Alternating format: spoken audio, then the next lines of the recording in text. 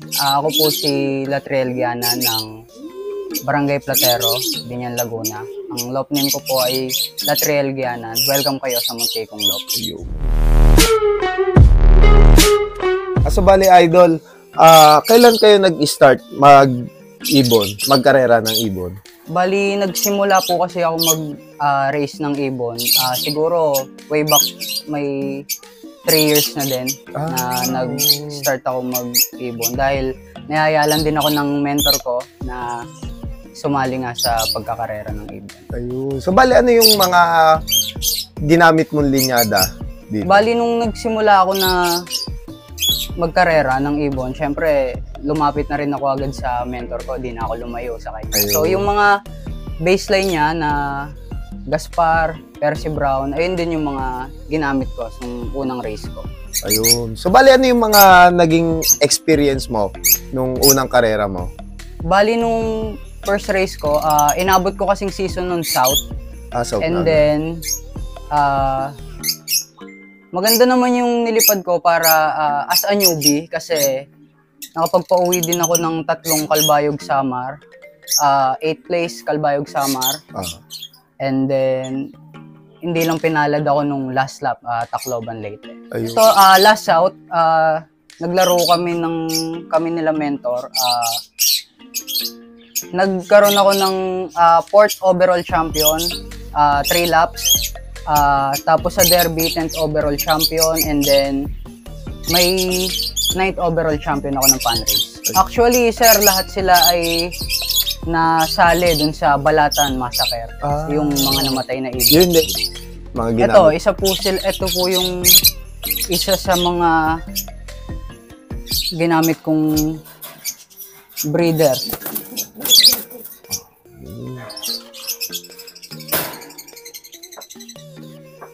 Bali, ito si Alpha, yung Kalbayog Summer finisher ko. 12 overall champion. Actually, contender siya nung derby, pero nung lap namin ng Kalbayog, sumalpok siya. So bali, natigil siya talaga sa Hindi siya umuwi ng daybird, second daybird. Umuwi siya after 21 days. So, natapos na yung karera. Tapos, full sibling nito, daybird ng Kalbayog Samar, 8th place. Ayun ito, isa sa ginamit ko nung anak niya, yung ginamit ko nung sa South. Nag-15 overall champion ng fan race. Ano siya, cock or hen, idol? Cock po. Bali, nung umuwi to nung Kalbayog lap, 2 yung tama niya, sa dibdib tsaka sa...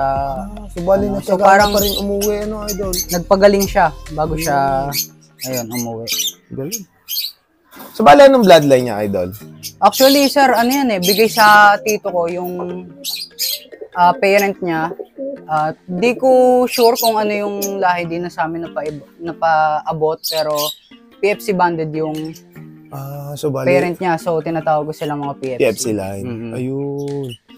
Then, yung 4th overall champion ko naman, sir, ito yung tatay. Galing sa tropa. So, bali, ano ngayon yan, idol? Na-breed mo na o nakuha mo na rin ang lahi na panglaban niya? Bali, for South, sila ulit yung gagamitin ko eh. Then, yung North, nag-breed ako, sila din yung ginamit ko kasi nabitin ako ng performance ng anak nila ng South kasi nga na-aksidente nung Balatan. So, inulit ko lang din.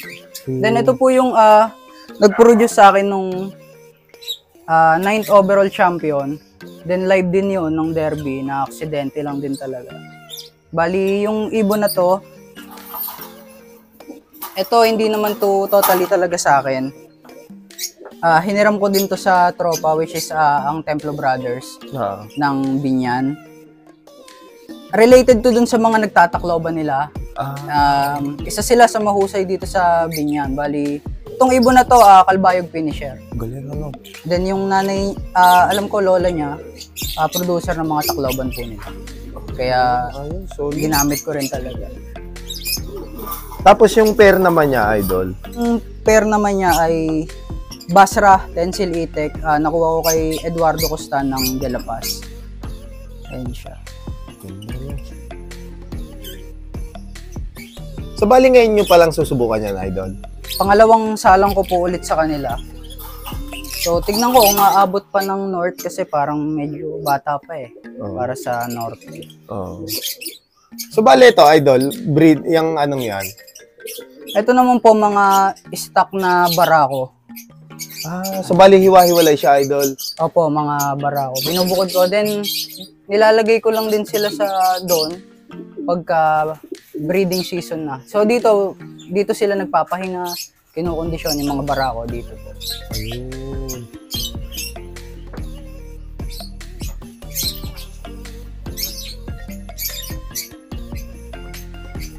Idol, pwede nyo po ba kami maipasyal sa inyong lot? Sige po.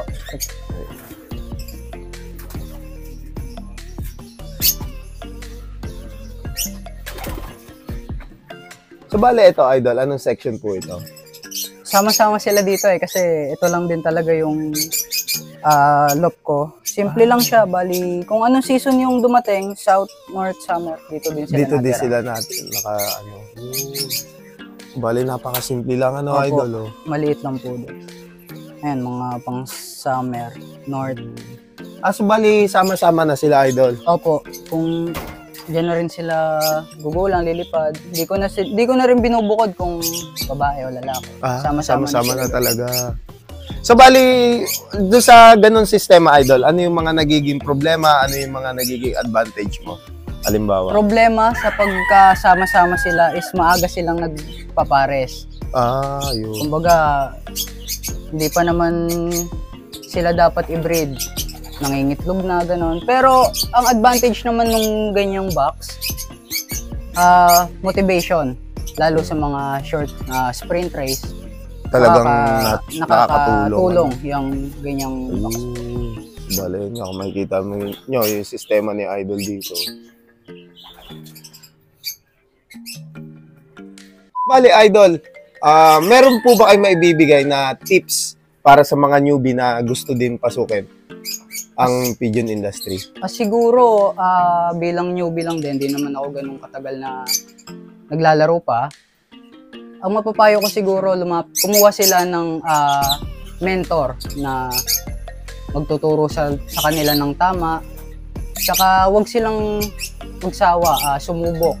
Kasi lahat naman tayo talaga ay dumadaan sa paggulong. Ayun. Kasama siya talaga sa karera. Ayun. So bali sa breeding at saka racing tips, may papayo po ba kayo? Bali, ang nakuha ko kasing sistema sa mentor ko, which is si Kamandag Lop, ang nakuha ko talaga sa kanya is more on natural talaga. Ayun. So, hindi kami nagsusunog ng ibon kapag training. Titikim lang ang ibon namin ng gamot pagka siguro 1 week before derby. Ayun. Pina-introduce na namin sa ibon yung gamot na mga dapat nilang tikman. Ayun. So bali talagang halos natural. Opo. Yung kumbaga lakas na talaga ng ibon. Parang doon namin binabase na ay kaya ng ibon tumapos ng sariling lakas lang niya, gano'n. Oo. Ayun yung ginagawa. Ayun yung ginagawa niyo. So bali sa kayo, Idol? Nagpo-force fly po ba kayo? Force bat, ayun. Force fly ginagawa ko madalas lalo pag may pinaghahandaan kami at ako mismo 3 times a day ako magpalipad, umaga, tanghali, hapon. Then force bat, nagpo-force bat din ako siguro once a week. Once a week lang. Ayun, nagpo-force bat ako. Ayun, so bali ayun nga. Bali, Idol, huling katanungan, kayo po ba ay nag-a-out ng mga linyada in case na may magtanong na mga kalapatids natin na gusto mag-inquire ng mga bagong linyada? Open naman din po, siguro sa magtitiwala lang din, syempre. Di pa naman din ako ganun katagal, pero kung meron, bakit Ayun. hindi? So, bali, yan nga, kung gusto nyo nga mag-inquire kay Idol Latriel, pwede nyo siyang kontakin dito sa Facebook page na to. So, bali, ayan, naka-flash sa screen yung Facebook page niya. So, bali, Idol, meron po ba kayong isa-shoutout? Especially dun sa mga nagturo sa akin na nung nangangapa pa ako sa pigeon racing, which is mentor ko, si Kamandag. Special shoutout sa kanya. And then sa Templo Brothers, di sila naging madamot sa akin pagka may mga katanungan. Sa mga tropa na taga Platero. shoutout po sa inyong lahat. So bali idol, maraming salamat po sa pagtanggap nyo sa amin dito. Maraming salamat din po, sir, sa opportunity. Ayun. So bali, kung gusto nyo mag-inquire kay Idol, pwede nyo siyang kontakin sa kanyang Facebook page. So bali, hanggang dito na lang tong video na to. And then maraming salamat sa mga walang sawang sumusuportang kalapatids.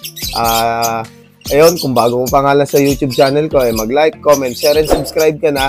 Hit mo na rin yung notification bell button para lagi kayo ma-update sa mga bagong video na atin ilalabas. So, maraming salamat mga lapatids. See you next video. Paalam.